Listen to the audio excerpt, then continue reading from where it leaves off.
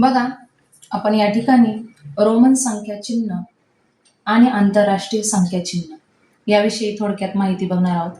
इयत्ता 4थीच्या शिष्यवृत्ती परीक्षेसाठी या ठिकाणी काही महत्त्वाच्या गोष्टी या ठिकाणी मी तुम्हाला सांगणार आहे. बघा, रोमन संख्या चिन्हांमध्ये या ठिकाणी 7 अक्षर महत्त्वाची आहेत. I, V, X, L, C, D आणि एम या 7 अक्षरांच्या मदतीने या ठिकाणी रोमन संख्या चिन्ह लिहिली जातात. यांचा वापर करून आपण कितीही मोठी संख्या लिहू शकतो. आता बघा, आयचा अर्थ आहे 1, व्ही म्हणजे 5, एक्स म्हणजे 10, एल म्हणजे 50, सी म्हणजे 100, डी म्हणजे 500, एम म्हणजे 1000. I, V, X, L, C, D, M हा नियमच पाठ करून ठेवायचा. हे 7 अक्षर जर तुमच्या लक्षात राहिली तर तुम्ही रोमन संख्या चिन्हावर कोणत्याही प्रकारचा प्रश्न आला तर तुम्ही तो सोडवू शकता. ही 7 अक्षर आणि 4 नियम महत्त्वाचे लक्षात ठेवले तर तुम्ही रोमन संख्या चिन्हावरील प्रश्न सहज सोडवू शकता. बघा, त्यासाठी आता बघा, सुरुवातीला मी तुम्हाला 1 ते 10 अंक सांगते. आय 1, 2 वेळा जर आपण आय घेतला त्याचा अर्थ 2.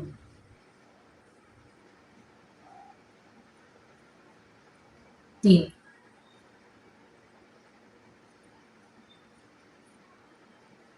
4 आणि व्ही म्हणजे 5. V I 6, V double I 7, V 3 वेळा आय 8, आय एक्स 9 आणि एक्स म्हणजे 10. 1 ते 10 अंक या ठिकाणी आपल्याला लक्षात ठेवायला हवे. म्हणजेच आय 1, 2दा आय घेतला 2, 3 वेळा घेतला 3, I V 4, V 5, V I 6, V double I 7, V triple I 8, I x 9 आणि एक्स 10. हे 1 ते 10 अंक आपण लक्षात ठेवायला हवेत. यानंतर रोमन संख्या चिन्हाच्या बाबतीत काही नियम आहेत. आता या ठिकाणी रोमन संख्या चिन्हामध्ये 0 या अंकासाठी कोणतंही चिन्ह या ठिकाणी नाही. बघा, 0साठी कोणतेही चिन्ह रोमन संख्या चिन्हात नाही. आणि दुसरं महत्वाचं म्हणजे आपण ज्या प्रकारे मराठीमध्ये स्थानिक किंमत लिहितो संख्यांची, त्या पद्धतीने या ठिकाणी स्थानिक किंमत लिहिली जात नाही. त्यानंतर नियम क्रमांक 1 महत्वाचा नियम आहे. यामध्ये आय आणि एक्स आपण जास्तीत जास्त 3 वेळा पुन्हा पुन्हा लिहू शकतो. बघा, आता आय एक जर 1 वेळा लिहिला तर त्याची किंमत होते. आय 1 वेळा लिहिला तर त्याची किंमत आहे 1. आय 2 वेळा लिहिला तर 2. आय 3 वेळा लिहिला तर 3. आता तुम्ही म्हणाल या ठिकाणी आपण 4 वेळा लिहू शकतो का? तर नाही. तर आय आपण 4 वेळा लिहू शकत नाही, जास्तीत जास्त 3 वेळा. एक्सच्या बाबतीत पण तसंच आहे. एक्सची किंमत 10. 2 वेळा आपण एक्स घेतला तर 20. 3 वेळा घेतला तर 30. या पद्धतीने आय आणि एक्स हेच आपण 3 वेळा घेऊ शकतो. व्ही हा आपण 2 वेळा 3 वेळा घेऊ शकत नाही, हे लक्षात ठेवावं लागेल. त्यानंतर नियम 2.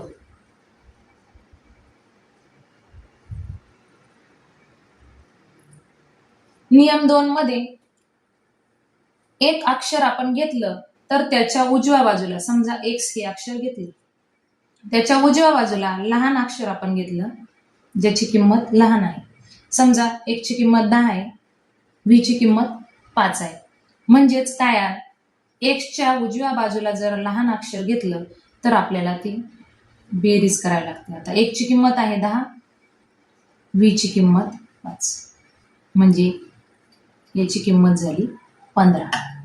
समजा व्ही घेतला आपण, व्हीच्या उजव्या बाजूला आपण 2 वेळा आय घेतला बघा, तर व्ही ची किंमत या ठिकाणी बघा जास्त आहे, आय ची किंमत लहान आहे, म्हणून आपण काय करणार, व्ही म्हणजे 5 त्याच्या उजव्या बाजूला आला म्हणून आपण ते काय करणार, बेरीज करणार.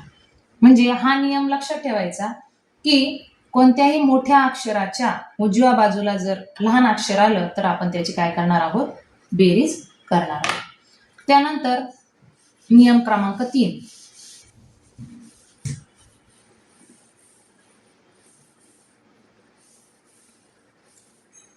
नियम क्रमांक 3 मध्ये आपण ज्या पद्धतीने 2 नंबरचा नियम बघितला त्याच पद्धतीने या ठिकाणी बघा नियम क्रमांक 3 मध्ये अक्षराच्या डाव्या बाजूला समजा एक्स त्याच्या डाव्या बाजूला आय आला, म्हणजे बघा x ची किंमत किती आहे, 10 आणि डाव्या बाजूला आला म्हणून आपण काय करणार आहे, वजा, म्हणजे याची किंमत आली 9. x याची किंमत जास्त आहे, त्याच्या डाव्या बाजूला लहान अक्षर आलं म्हणून आपण वजाबाकी केली. समजा मगाशी आपण व्ही घेतला होता, त्याच्या उजव्या बाजूला अक्षर घेतलं होतं, आता आपण डाव्या बाजूला घेऊ बघा. आता या ठिकाणी व्ही आणि त्याच्या डाव्या बाजूला आय आलाय, व्ही ची किंमत किती आहे, 5, त्याच्या डाव्या बाजूला आय आलाय म्हणजे तो 1 वजा करायचा, उत्तर आलं 4. हा तिसरा नियम लक्षात ठेवावा लागेल की मोठी किंमत असलेल्या अक्षराच्या डाव्या बाजूला जर लहान अक्षर आलं तर आपल्याला काय करायची आहे, वजाबाकी करायची. नियम क्रमांक 4. आपल्याला 10 पेक्षा मोठी संख्या लिहिताना बघा, आता समजा आपल्याला 13 लिहायची तर दशक बघून घ्यायचा. आता याच्यामध्ये बघा 13 लिहायचंय आपल्याला रोमन मध्ये, तर 10 साठी काय आहे, एक्स आणि 3 म्हणजेच आय किती वेळा घ्यावा लागेल आपल्याला बघा. या पद्धतीने आपण 13 लिहू शकतो. त्यानंतर समजा आपल्याला 28 लिहायचंय. आता 28 मध्ये इथे दशक किती आहे, 2, मग एक्स आपण किती वेळा घेणार, 2 वेळा, म्हणजे 10, 20 आणि 28 करायचंय, मग 8 उरले, 8 मग आपण 5 आणि आय 3 वेळा, म्हणजे ही 5 आणि त्याच्या उजव्या बाजूला 1, 2 आणि 3, म्हणजे 10, 20, 25, 26, 27, 28 या पद्धतीने आपण रोमन संख्या चिन्हामध्ये संख्या लिहू शकतो. यानंतर यावर कशा प्रकारचे प्रश्न येतात ते आपण बघूया. आता प्रश्न बघा,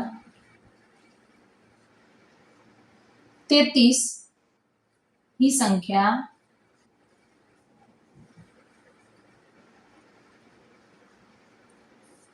रोमन चिन्हात लिहा, रोमन चिन्हात लिहा. मग आपल्याला आता लिहिताना काय करणार आपण, आता बघा दशक किती, 3, मग 30 पाहिजे आपल्याला, म्हणून एक्स किती वेळा घेणार, 1, 2 आणि 3, 30 झाले. मग पुढे आपल्याला 33 करायचं आहे, म्हणजे 3, आय किती वेळा घेणार बघा, म्हणजे आपण पर्यायामध्ये हे उत्तर शोधणार. या बेसिक गोष्टी जर आपल्या लक्षात आल्या तर आपण यावर आधारित कोणतेही प्रश्न सोडू शकतो.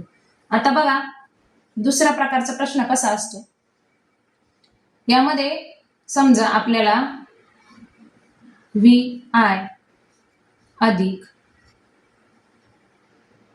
एक्स बरोबर किती असा प्रश्न विचारला.